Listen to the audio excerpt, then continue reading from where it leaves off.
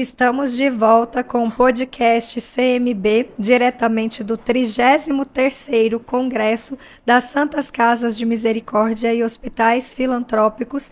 E nós vamos conversar um pouquinho agora com a Kelly Cristina Rodrigues, que é CEO e também fundadora da Patient Centricity Consulting. É a primeira, empresa especializada em experiência do paciente no Brasil.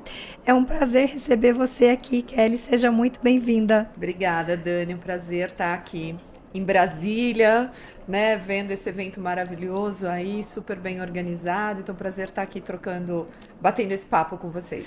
Nós começamos a conversar aqui um pouquinho, antes da gente começar aqui o podcast, e você começou me falando, um pouco sobre a sua experiência, com a empresa e como que ela surgiu, mas eu gostaria que você contasse isso agora para o nosso público, para quem está nos assistindo. O nosso making off. Exatamente.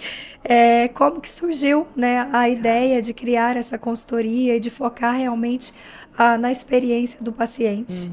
Dani, eu trabalho na área de saúde há muitos anos. Eu era, na época, diretora, superintendente de marketing de instituições de saúde. Trabalhava numa empresa há 16 anos.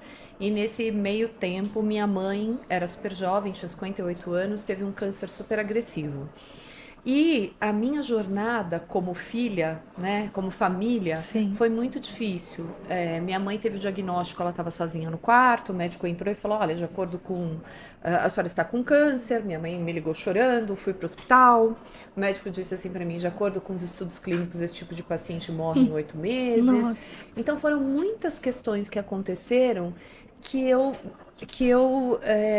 me questionei se eu, que tenho acesso, trabalho na área de saúde há tanto tempo, conheço tanta gente. Minha mãe tem, eu moro em São Paulo, então minha mãe tem plano de saúde privado, ficou em um dos melhores hospitais de São Paulo, teve esse tipo de tratamento, e quem não tem nada? Sim. E aí veio a provocação de que eu precisava fazer diferente. Foi uma questão, demorou para eu entender tudo isso e para eu entender que existia algo fora do Brasil, porque no Brasil não existia.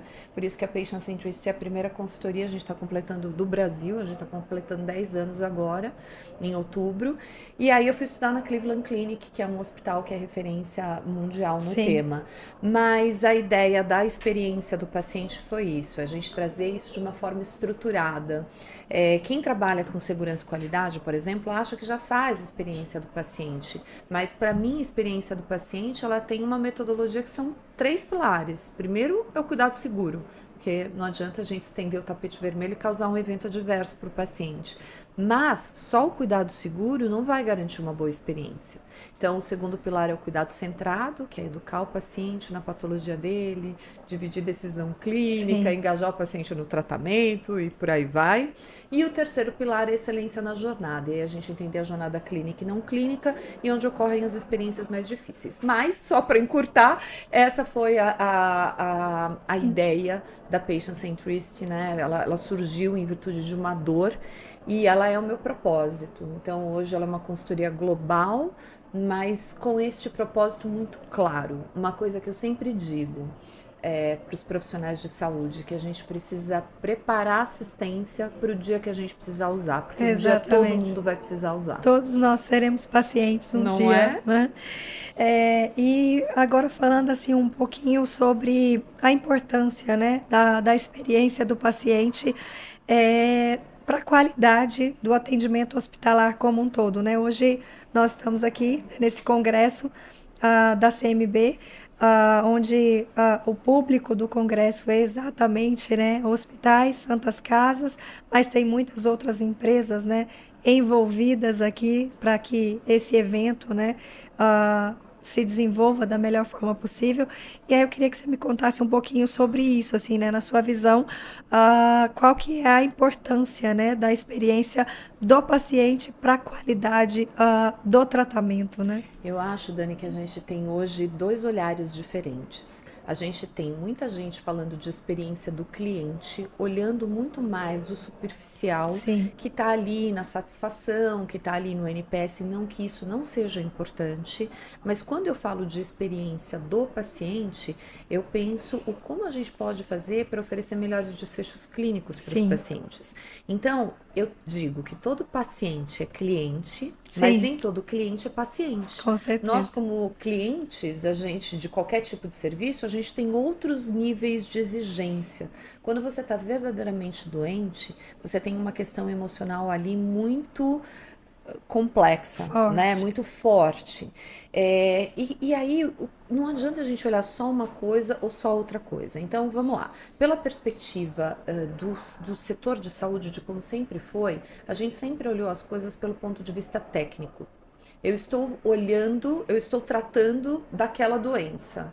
Então, tecnicamente, eu estou dando melhor. Só que eu não estou acolhendo as pessoas, eu não estou entendendo quem é aquela pessoa que está com aquela doença. Então, é isso que eu digo, e é aqui que vem os preceitos do cuidado centrado no paciente, né? De quem é aquela pessoa, quais são as crenças dela, o que ela vive, qual é o meio social que ela vive, porque tudo isso vai impactar no tratamento, vai impactar no engajamento dela no tratamento, né? Então tem uma série de coisas aqui que são super importantes para a gente olhar além da questão técnica. Mas, olhando pela outra perspectiva, não adianta também só olhar a questão superficial. A questão de satisfação, a gente precisa sim entender a percepção das pessoas, mas a gente nunca vai conseguir agradar 100% das pessoas, né? Então, por isso que a gente precisa trazer a questão da experiência em tangibilizar. A diferença da experiência e da satisfação, ela tem a questão do tangível. Então, é assim, o que eu tô perguntando e o que eu vou ter como retorno para poder fazer e transformar. Vou te dar um exemplo. Quando a gente fala, você ficou satisfeito com o tempo que você foi atendido? Eu estou falando de uma pergunta de satisfação.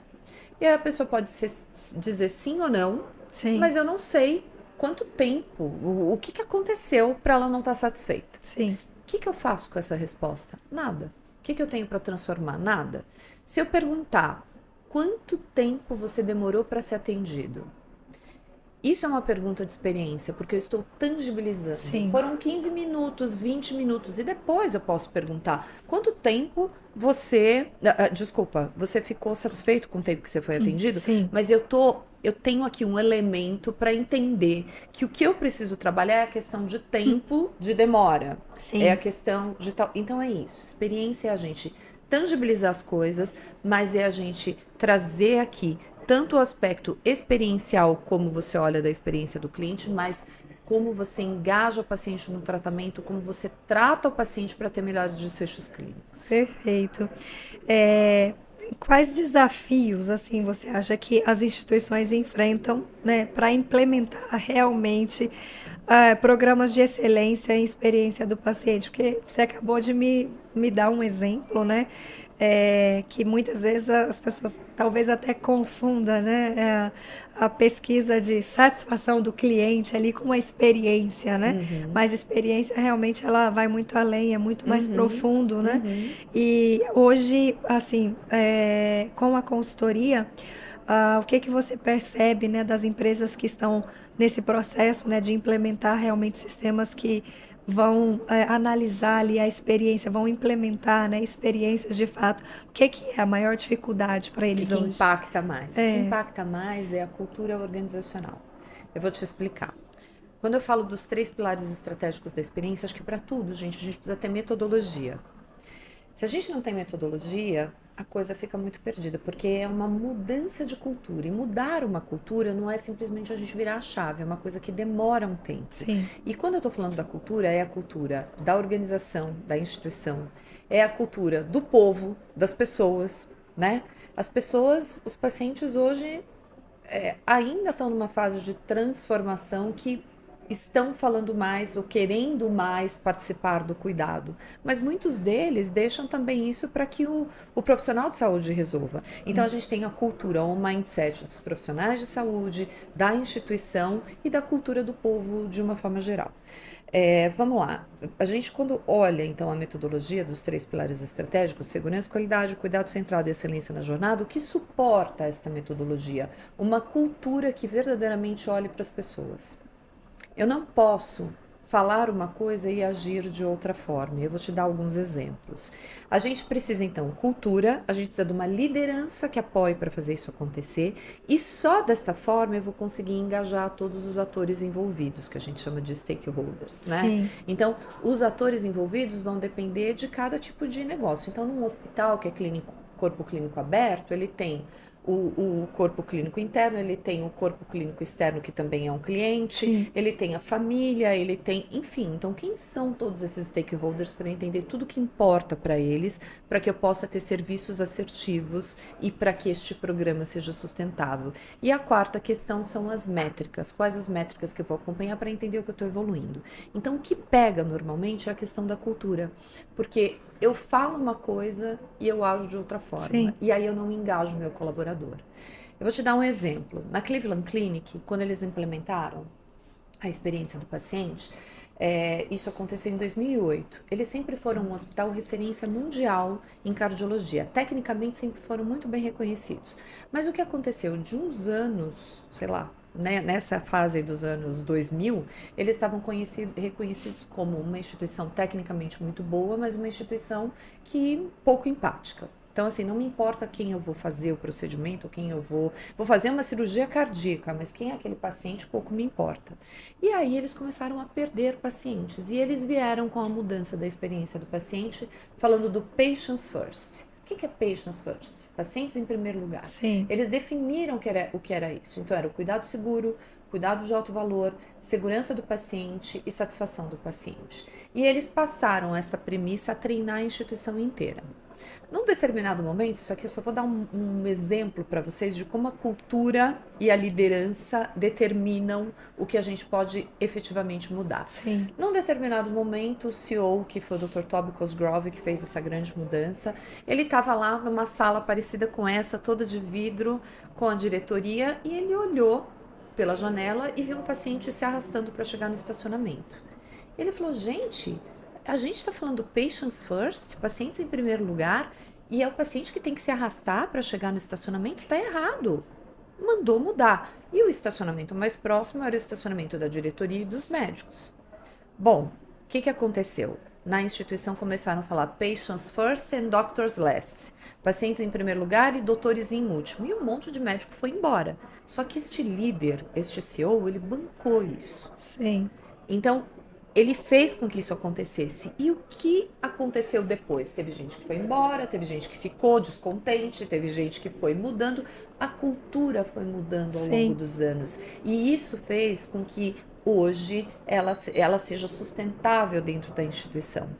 Então, o que eu vejo normalmente nas instituições é que as pessoas ou as empresas até querem se posicionar falando de experiência do paciente, mas quando tem algum tema sensível que precisa mexer com alguns atores que nem sempre para a instituição é fácil, eu volto para trás. Sim. Então eu tenho um discurso que não é uma prática, isso não engaja e isso não traz resultado.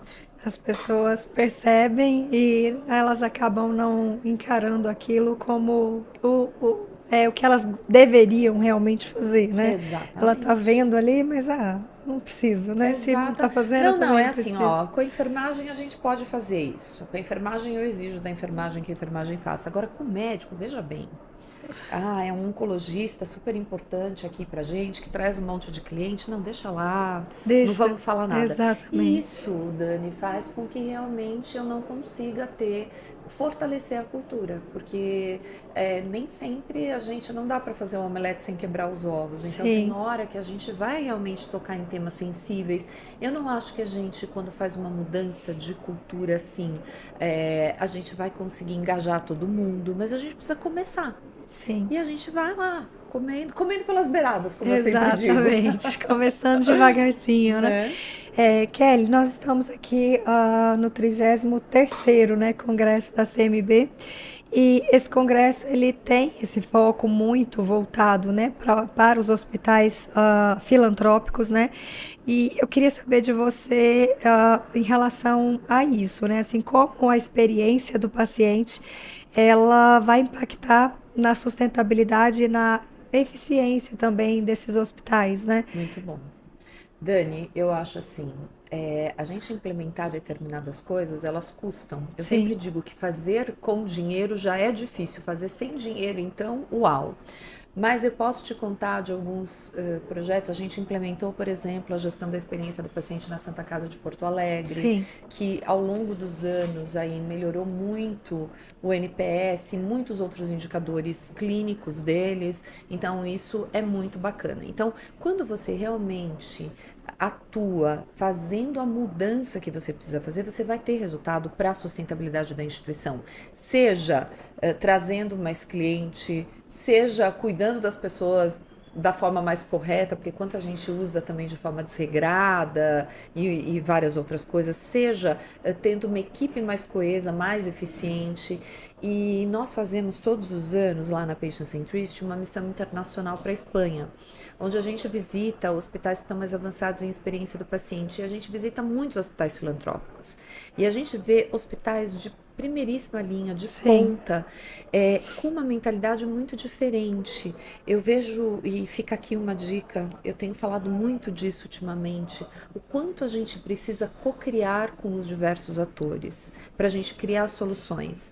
E na Espanha, por exemplo, os hospitais filantrópicos, Sim. fazem trabalhos junto com as associações de pacientes. Então, assim, eu preciso criar um novo serviço, eu preciso melhorar um serviço, eu vou chamar a associação de paciente para vir aqui e fazer isso junto comigo. Então, é a visão de fora para dentro, é a visão do paciente e também co-criar soluções com os próprios colaboradores, né? Muitas vezes a gente exige muita coisa dos colaboradores, mas não oferece ferramentas para eles, para que eles possam realmente executar. Então, eu vejo a experiência como algo que realmente vai trazer sustentabilidade para as instituições, tanto do ponto de vista do cliente, quanto do ponto de vista de eficiência. Perfeito. E em relação assim ao papel da tecnologia, né? Hoje, com acho que a maioria dos convidados, né, que nós recebemos aqui, a gente falou bastante também sobre esse tema, né? Sobre tecnologia, inovação, inteligência artificial. Então, como que isso, né, desempenha um papel assim nessa personalização ali do cuidado, né, com o paciente, como que isso auxilia, ajuda, né, nessa experiência. Olha, eu não tenho dúvida que a tecnologia está vindo aí para sobrar mais tempo para a gente fazer o que é o nosso, que é o humano, que é o Sim, cuidar, que é o sim, estar perto. Uma das coisas que sempre foi assim um ponto de reclamação muito grande dos profissionais de saúde é o quanto burocratizou-se o cuidado e que falta tempo para as pessoas estarem do lado do paciente na hora que precisa. Só que essa burocratização, entre aspas, foi algo necessário para a gente poder atuar com qualidade de segurança, sim, onde a gente anota as coisas no prontuário, onde, enfim, uma série de outras coisas. E essa tecnologia está vindo aí para captar, então, assim, uma conversa do paciente com o médico para poder já trazer e transcrever isso para o prontuário eletrônico. Então, quer dizer, a gente vai usar a tecnologia como uma ferramenta adicional para que realmente sobre tempo para a gente fazer aquilo que é o que a gente tem que fazer. E tem milhares de exemplos, né, Dani? Como você também já conversou hoje com muita gente, mas assim, tem o exemplo do prontuário eletrônico, tem sim, o exemplo da inteligência artificial que consegue já fazer todos os agendamentos e coordenar como se fosse uma navegação do cuidado. Então tem uma série de coisas aí que estão em andamento e que estão sendo testadas e tudo mais. Claro que eu acho que a gente tem a curva toda nossa de aprendizado, mas é isso. Vamos usar a tecnologia para sobrar tempo para a gente fazer o que precisa. perfeito. A gente está chegando aqui já ao finalzinho do nosso bate-papo e infelizmente é muito rápido porque está sendo muito gostoso ouvir você falar sobre isso, sobre experiência, né? É uma coisa muito gostosa não só de ouvir, mas de vivenciar na realidade. E eu queria saber de você em relação as principais mudanças, né, que você acredita que o setor da saúde deve adotar para ser verdadeiramente centrado no paciente, né? Hoje eu conversei com várias pessoas que falaram muito sobre isso, sobre a questão da tecnologia, da inovação, mas todo mundo frisando, né, focando que a gente primeiro deve focar nas pessoas, porque não existe inovação e tecnologia sem pessoas. E na sua área, com certeza, é o foco total, né? Assim, são pessoas. A gente está o tempo inteiro trabalhando, desenvolvendo pessoas para atender pessoas da melhor forma possível.